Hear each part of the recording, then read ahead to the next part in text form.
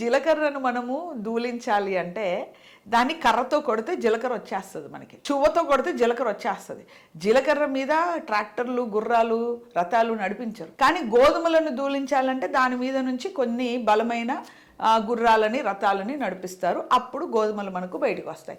So కాబట్టి దేవునికి కూడా తెలుసు, బలహీనమైన వాళ్ళ మీద ట్రాక్టర్లు ఎక్కించాడు, జస్ట్ చువ్వతో కొడతాడు. కొంచెం బలంగా ఉన్న వాళ్ళ మీద కొంచెం బలమైనవి నడిపిస్తాడు.